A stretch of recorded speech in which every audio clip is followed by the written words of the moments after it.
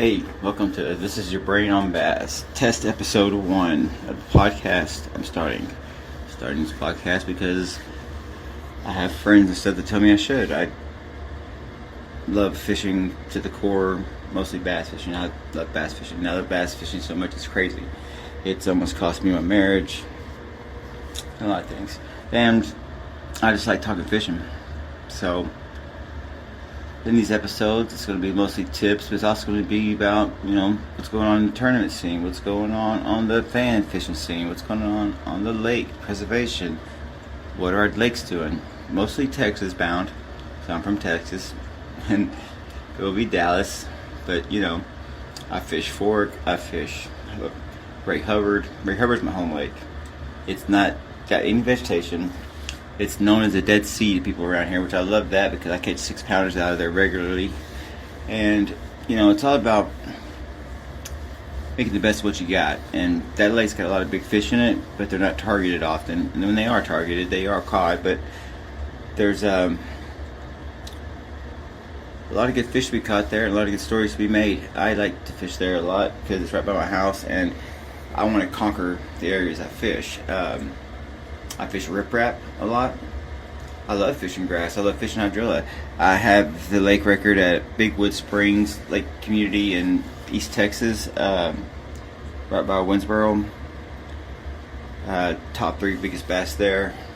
The previous record was 5 pounds and I think like 3 ounces or something. And I remember this is like 20 years ago, yeah. Maybe a little more, 24 years ago, something like that.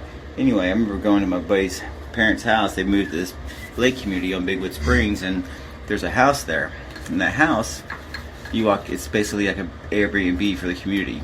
Anybody who lives in that community has guests come in from out of town, can let their guests stay in that house, the big house. It's like a community house. When you walk in, the first thing you see is a picture of a bass, a guy holding it, and it has a little thing that says, "This is the lake record to this Bigwood Springs." And I saw that and I started giggling, and my buddy Todd, it's his parents' place, goes, "What's so funny?" I go, 5 pounds, 3 ounces, really? I guarantee you there's bigger bass than that. So I didn't set out to catch that record, because when I started fishing there, we were fishing the bank. We were beating the bank all the time.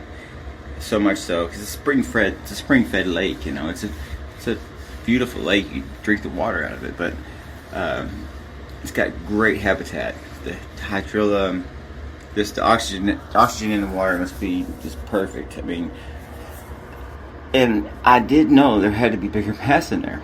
I mean, I was astounded because I watched guys, putting bass boats in. I'm thinking, 5 pounds, the record. That's gotta be something wrong with that. So mostly what I found out was most people that fish there aren't mental with it like I am. Now, they ain't saying that they were all shitty fishermen, because there are some good fishermen there, but they lack the, I guess, I don't know, whenever I feel like I'm fishing for bass, I feel like I'm a bass. I put myself in that position. Like, bass, believe it or not, they don't set up constantly. They set up when they go spawn, and they set up in the winter only to conserve energy. For the most part, they're moving a lot. They're moving quite often. They're chasing bait. They're moving with different packs, and at any given moment, one fish that could be hanging out in one spot for 1 month can see a group of bass swim by and say, "Hey, I'm gonna join them," and cruise all the way to the other side of the lake, and you'll never even know that. So, learning bass and knowing that they're there and what they can be and where they should be is something that feels right to me. So anyway, me and my buddies, I'll tell you the story. We were out there the weekend, and being younger, we go at my friend's parents' house at the lake. And on the weekends, we'd be drinking, so we'd go out there and we had john boats and canoes and bass busters, and we'd all go out to the middle of the lake, like 10 of us, and tie each other up to each other and drink beers. Just, talk and shoot this crap. Well, I bring a fishing pole because I always do. I'm not going onto a body of water. I'm not going on a body of water in a boat without a fishing pole. And if I do, I am not a happy person. So anyway, I'm the only one fishing. Everybody's laughing, giggling, we're having a good time. And I'm noticing it's starting to get dark that we're out here in the middle, a place that we really don't ever try to fish, that there are some underwater humps I'm seeing. Because I can tell by the way the hydrilla is growing. The water is almost chin clear, so I'm seeing this hydrilla grow in different heights. It tells me, well, there's a lot of humps here. There's a lot of canals in these hydrilla patches. Like, you know, you could throw down in these little openings in the hydrilla and, you know, run a spinnerbait, whatever you want to. So I had a spin cast, and this always happens. I always seem to hook my biggest fish on a spin cast. And I'm just like, Jesus Louise, the one rod that I'm the least prepared for, the big bass, is the rod that I hooked the big bass. Well, I'd be damned. I'm running a Terminator spinnerbait, and it's a Colorado blade. You know, not one of the most effective spinnerbaits, but for this particular technique and presentation, it's perfect. I figured it resembled a bluegill. And I was casting this thing, and I said, you know what, I'm going to zip that thing between these openings in this hydrilla and see if I can't pull one out of here. And I'd be damned, probably about the third cast that I was happy with it where it landed, because it's really hard to get this spinnerbait in the right spot, because if you didn't land in the right spot, you were going to just, you know, pull out a big bunch of weeds. Well, got it in there, and I can almost see the spinnerbait, you know, and I can't see the fish hit or anything like that, but I get that, boom, just so you know, I'm on.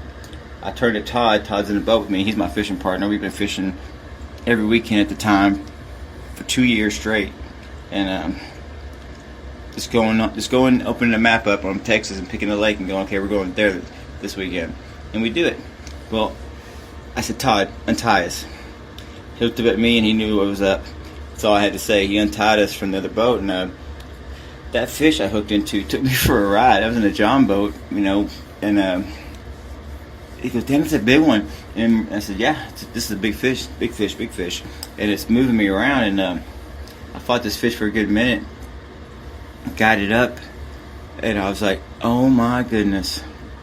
And Todd looked at me, I looked at him, I said, dude, this fish is 8 pounds. This fish might be 9. And we went and weighed it. It was like 7.